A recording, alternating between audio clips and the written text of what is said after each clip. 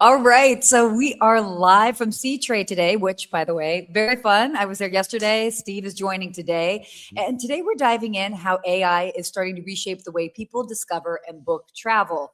There's also new data from Expedia that shows that it's still early, but the shift could be bigger than it looks. We'll also get into how hotels are actually using AI behind the scenes. And it's been a record year from Lemon Tree and Delta's first big premium upgrade in years. Let's dive in.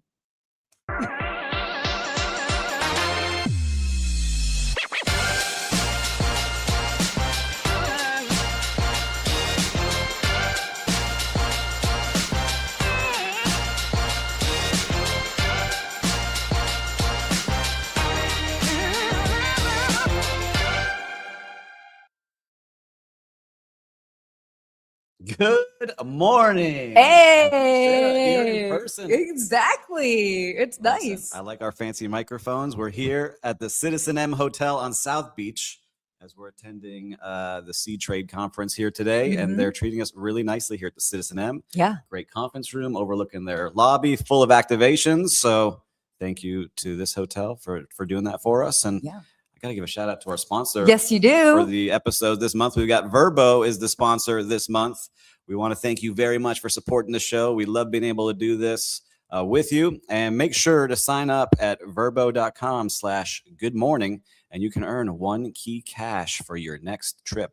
It's a great, great benefit. Make sure to check out Vrbo, and that's vrbo.com. Ooh, wow, that was so It's professional. really That was good. smooth. Well delivered, sir. Well, look, we had fun last night. Oh, yeah, look, wait, we have coffee. We have Like coffee. real-time coffee chat here. I by know. the We way. got our coffee talk going here. We went up to the porthole party last night? The porthole cruise party. So this is it's the hottest ticket in town. Now, do you understand? I didn't believe the hype. I was like, oh, that was the Sarah. What party is this? And we go to it. It's in the M2 nightclub here on South Beach, which was the former Mansion nightclub. I was like, I know this place. You're when like, I walked in know. here. You're like, oh, I'm 22 again. Yeah, well, 28, 29. I was still hanging around there. South Beach Steve was out there, but the party was great. All the big people from the cruise world were there. All the top executives were there.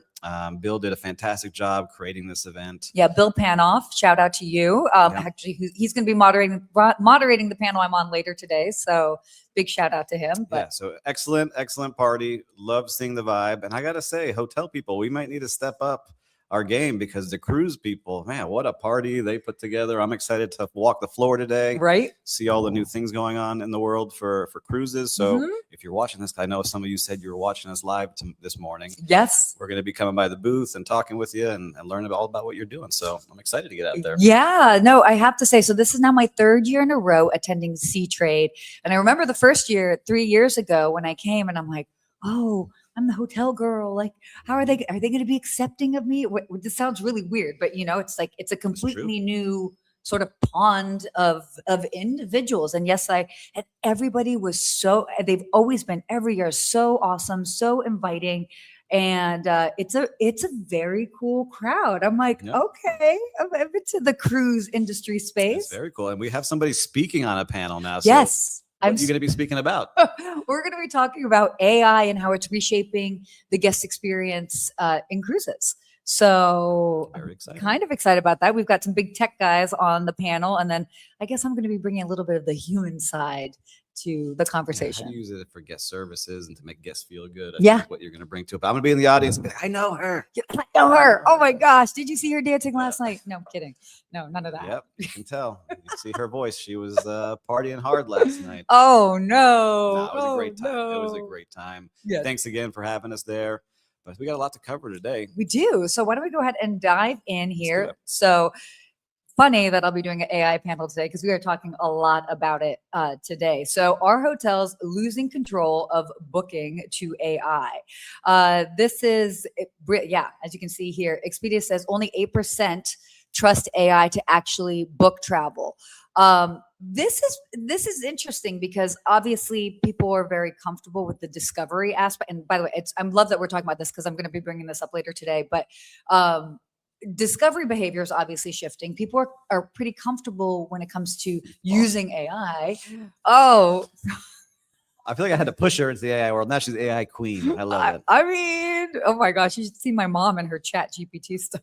Anyway, so obviously discovery, people are really using it for discovery, but only 8% of bookings are actually currently influenced by AI tools. So what's that mean? Okay, people use it for discovery, but actually being comfortable enough to be like, okay, you just go book it for me. A lot of people are like, yeah, hold off there. Yeah, exactly. I think you're going to start to see it change a little bit because on the platforms, like I'm starting to use now multiple. Like I was doing research for a project, you should be on this AI panel. Gemini, Claude, and ChatGPT to see what they were going to give me, and they all give you things differently. And I'm starting to like how ChatGPT is starting to offer things up. Like they show you the reviews. Here's the link to actually check it out for yourself. So to push like some direct bookings that way was interesting to me, but I haven't let it go all the way through to actually make the booking with an AI. Oh yeah, no. Yet. But I would feel comfortable if I can say, this is what I want to go to. Here's the restaurant I want to go to. And this is the flight I want to take at this time.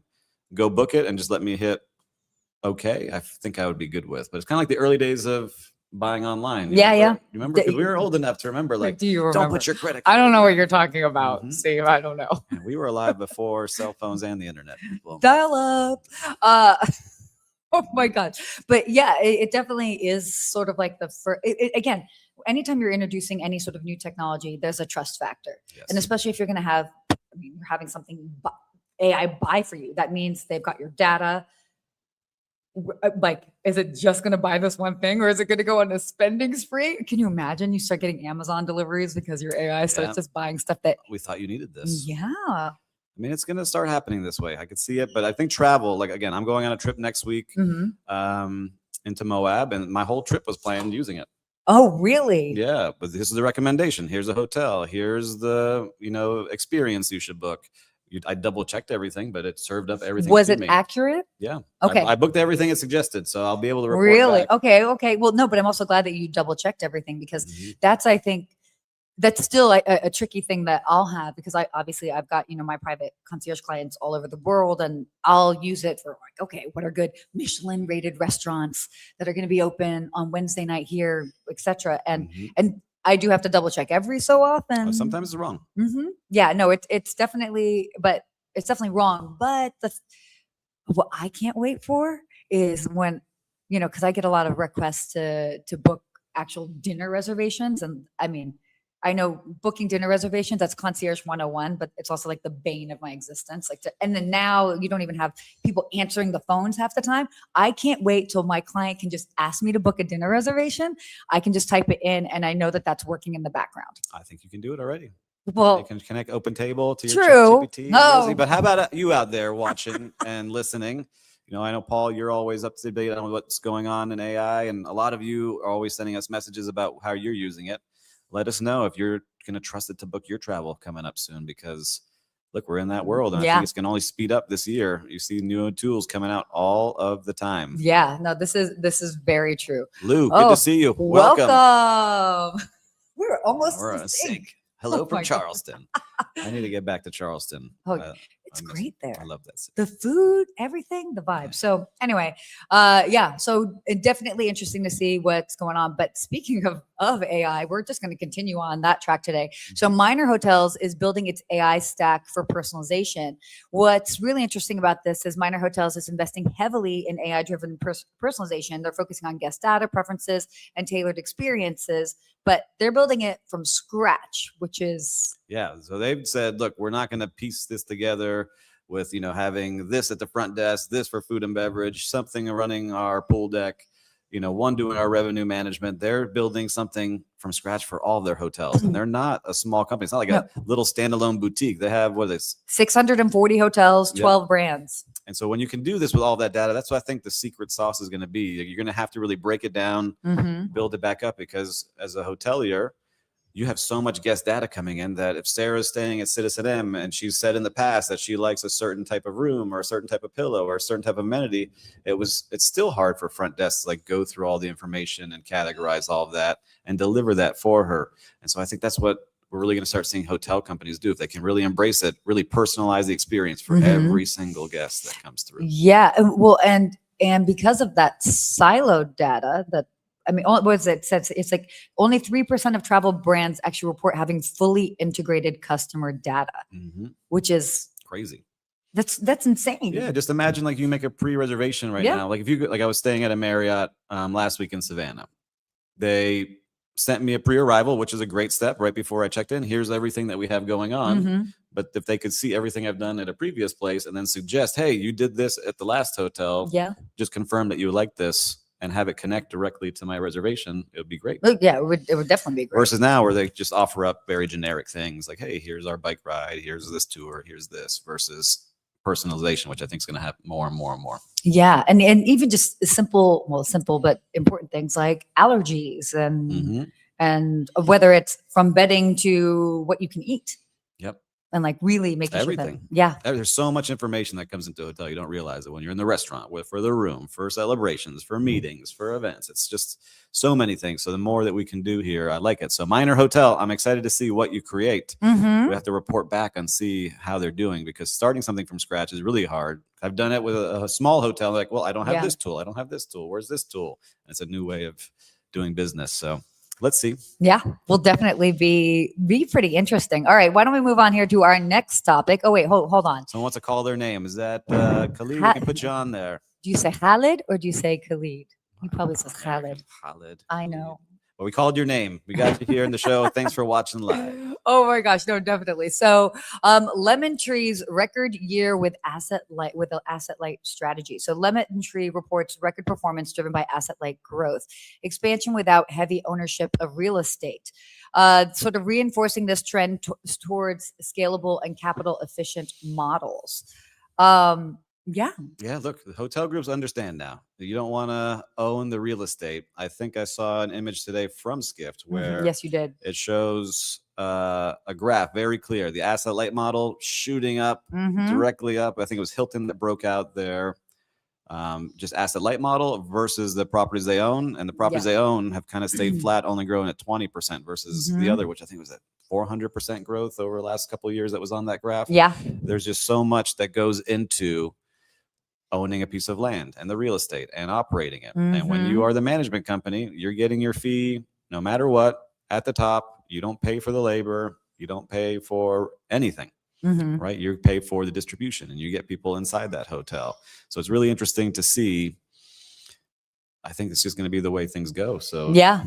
I mean, their record year, by the way, the hotel chain, they signed 56 new properties and opened 20 hotels for the year, basically through March of 2026. So yeah, I mean, that's look, that's the model. It is the model. We're doing something a little different. Like I'm building a hotel now. It's a small hotel. It's 20 rooms, a boutique luxury hotel, but we're kind of have both where we don't own the land. We lease the land and we're doing a revenue share and we're collecting management fees for that project. And we hope to be able to do that for other people as well. So it's a model that works for sure. And you see it growing and they're going to continue to push that. So Lemon Tree has some great properties. I see what they're starting to do and they're expanding. I think it was through India, right? Is what they're saying. So big brand in India and they're trying to make a big push there. So yeah, definitely. So yeah, that's our big takeaway from this. Asset light is no longer optional. It is the growth model. Asset light is right. Yeah. All right. Oh, we got something on the screen here. Whoa, what is this? What are we putting on it? Do you think the industry has its data clean and ready to implement AI fully? Yes, totally, or heck no? Lots of work to do. Ooh. I'm going to say heck no. Lots of work to do is my vote, but I think people really want to figure it out. They're just tied down. Some of these big companies don't let you change those systems. You have to get approvals at the corporate level. So it's going to start from the top. Like we were just talking about Minor. They're going to take it from the top and really change it. But put your vote in. I know a lot of you are watching this from your hotels now. Heck no. Make sure to put in your vote. I want to hear what you have to say because we have a lot of decision makers that watch this show. Yes, we do. We need them to start making these changes for all of us. Yeah. So there you go. Let us know your thoughts. I'm ready for this next topic. Oh, this is your topic. You're like, I'm just gonna lean away here. Okay, so oh my gosh, it's so obvious. Everybody knows my preferences at this point. So this is huge huge news in the aviation space. Delta One gets their first major upgrade in a decade. Delta is basically introducing upgraded premium cabins, which, and if you've been paying attention to what we've been covering, certainly well here, but then also in the Skift Daily Briefing, premium is where it's at, especially in aviation. And so you've got a lot of these bigger brands, United, obviously with Polaris. Delta is upgrading their premium cabins because they're spending and they're continuing to spend. So apparently they've got longer beds, larger screens. And I didn't realize that it's already been a decade since they kind of redid or just even, I think they maybe even reintroduced Delta One. Oh, it's big. So I know that's the only way you travel. So what are you most excited about seeing in this change? I mean, look, it's exciting to see that they've got new cabins. I know that they have. I mean, this was definitely overdue because United has launched a lot of new products lately, and so it makes sense. Yeah, I mean, in my mind, even with my status, I'm like, oh gosh, it's just going to make it harder for me to get those upgrades. But this, by the way, was interesting that in the article is that what they've been finding is that more and more people are actually still paying for these premium products, where before a lot of people would just be like using their upgrades to get it, like me. Just saying. Okay. But it's the people are paying for it and they're continuing to pay for it and they find the value. So that's why for them, they were like, okay, well, this is a worthwhile investment because people are actually paying for that product as opposed to relying on. Yeah, I mean, some of those flights are expensive. I was just looking. It's crazy to see how much people are actually paying for some of these flights, especially if you take it overseas. They get like 20,000 for a seat for some of these. You can. I book a lot of first class tickets for my clients. I mean, generally, previously what it had been about maybe it's like 12,000 ish, give it 12 to 15,000 for round trip first class. Oh gosh, it's more of a kind of like a business class, and you might be lucky if you could have gotten something about 8,000. Really lucky if you got about 5,000-6,000. But then you've got, for example, Air France La Première. They only have 4 seats. So that is, what is that? It's about 22,000 round trip. It's amazing. I know. It's a crazy price to pay, but if you've got it and you're going to be comfortable and you can rest and it helps you make that business deal when you land, I guess it works. I mean, yeah. Right? Isn't that crazy? It's a crazy number. I just flew first class on points from Miami to Savannah on American, and it got me an extra Coke Zero. So that was my benefit that I had. Your extra Coke Zero. Well, how long was that flight? Hour and a half. Oh, see, this is where you have to use it. Okay, pro tip to everybody here. Make sure that if you're going to go and do the be in first class, at least make sure it's 3 hours or longer. Because if it is, then you can get a meal. I didn't get a meal, but I did get an extra Coke Zero and a bag of nuts. Oh, gosh. Wow. Thank you, American. I appreciate you. I'll see you soon. You're like, I'll be on it next week again. Oh my gosh. Yeah. In fact, we're going to have to talk about that at some point because speaking of all these airlines, United kind of floating the idea of a potential merger with American. Did you hear about that? I did not hear about it. Oh yeah. But look, we're learning about the sea industry, the cruise industry today. We are learning about the flight industry. I'm happy to go check that out too. If there is a big conference for that, it'd be fun. Yeah, no, definitely. So, yeah, big time, lots of interesting things that are happening in the world of all things travel and hospitality. I'm excited for this next part. Are you? It was a success last week. I'm excited to see how we do this week. How was not a success? Well, we both lost, but our viewers and listeners loved this part. And, yes. why don't you go ahead and introduce our newest segment that we launched last week? I feel like it should be like a little intro music. Whose brand is it anyway? Paul saying flying first class 101. Listen, I had extra points. I was like, this seems like a good idea. Yeah, right. Go to a wedding, fly back. Fun. No, the first class is it's a thing. It's all fancy. Yeah. I saw someone come on that I knew. I was like, hey.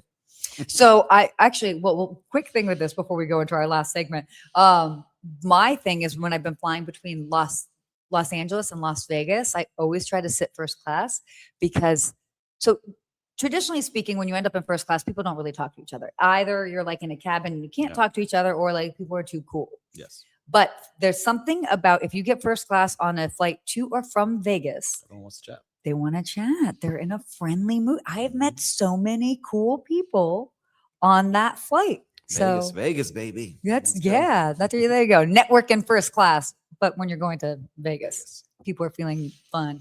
Okay. Don't make me do the song again. No, let's go. What is our Whose Brand Is It Anyway song? Brand. Oh, look at our wow, graphics. guys, this is new graphics. Whose brand is it anyway? And if you're new to this, Whose Brand Is It Anyway? Brought to you by, brought to you by Vrbo, but our sponsor of the month. And we are going to be putting up a brand, a hospitality or hotel brand on the screen, and we have to guess which parent company owns it. Okay. Signia. Oh gosh, I feel like I've heard of Signia. I feel like I should know this. Which brand? Keep that up on the screen there. Yeah, Paul. keep that up on the screen. See what people can All say. right. So yeah, you guys think about it, but don't look at their answers. give us Don't your cheat. guess. I won't cheat. Yeah, I didn't cheat last week. I got it wrong last week. Gosh, I've got my answer in my head. I'll have to write it down next time. Listeners and viewers, put in your answer in the comments. Who do you think is the parent company to Signia by? What brand is that? All right, you ready to put in your guess? Man, I don't know if I know. I'm going to go with Hilton. Oh my God. Wow. Whoa. We got a I was Hilton. I was going to say Hyatt. You didn't even let me put in my thing, but I'm being honest, and I told you I was going to say Hyatt. So I got that one. Hilton. Signia by. We got to see which hotels they have. I don't have access to the computer today. Lou said, just say Marriott for anything. That is correct. I'm pretty familiar with the Marriott brand. So, yeah, I got to check out Signia now. I got to see which brands they have. But again, I love doing this because there are so many brands for all of these hotels, all the new soft brands coming out. So this is a fun game. Yeah. I think we keep this going. It's a fun game, except when you lose. I know, but we could do this every week. How many more weeks? We could do this for like 3 years and never run out. So whose brand is it anyway? Woo! Oh, right. Okay. Wow, we just we flew through because I think we're so excited to go to the conference. Yeah, we are. A little bit. We definitely are. Why don't we chat about a couple of things, real-time recap? Yeah. Right? So what have you seen out in the streets of hospitality? Oh, you're going to use that line? Mhm. The streets of hospitality. Oh, that's a good one. Goodness. I will start. Yeah, you I start. was just in Savannah, Georgia, as she thinks. Okay. And I got to check out a very cool. I've never been to this city, and I was very surprised. They have a lot of great hotel properties there. But one of them really stood out. I didn't stay there, but it was just next door, was the JW Marriott in Savannah, Georgia. The owner, which is part of the Kessler Hotels, created a museum, and they have a dinosaur sculptures in there. They have these geodes that are priceless all throughout the lobby. They have artifacts everywhere. And so basically he's created this world-class collection of art and artifacts and geodes and all these things. And he's educating you throughout the entire lobby with like touch screens. That's surrounded by restaurants. You posted a photo, but I didn't realize all. It was JW Marriott, and I was just so impressed that they took an area that was of not much a couple years ago on the riverside and created this whole district that people now are flooding to. So really cool place. Shout out to the JW Marriott in Savannah. My hotel, on the other hand, could have been very good, but I got overrun by fraternity and sorority formal. And it was a party on every single floor. Oh, yeah? How was that? I felt like an old man, and my brother was there, and we were, I was president of my fraternity, and he was in a fraternity, and I was like, the old man, like, get back in your rooms at like 4 a.m. Oh, my God. I'm just imagining you guys in the middle of all of that chaos. Yeah. But good time in Savannah. I have to go back again soon. Yeah. Okay. Well, that sounds cool. So my real-time recap actually was airline focused. So I branched out from Delta. I know. I do that on occasion. And I flew with JetBlue. And I actually finally got to try their Mint product, which is basically their first class. And it was really cool. They did a very good job. And what I love, and I am a big fan of JetBlue, and as well as Alaska Airlines. I think that they do a really great job without necessarily being part of like the legacy airlines, but they have fun with their menu. So even their menu, first of all, they had non-alcoholic options, but like decent non-alcoholic options. Not just juice. Not just juice, and cool cocktails. Not too sugary, by the way. That's a big pushback that a lot of people are saying about mocktails, is that we're like, these are sugar bombs. Yep. So that was really great. And then when you order off the menu, so normally they would ask you, oh, do you want this dish or this dish, whatever. Basically, they have 4 items, like a salad and whatever, a couple of other things. And then you can choose what dishes you want. So you can choose up to 3 of the 4 options on the menu.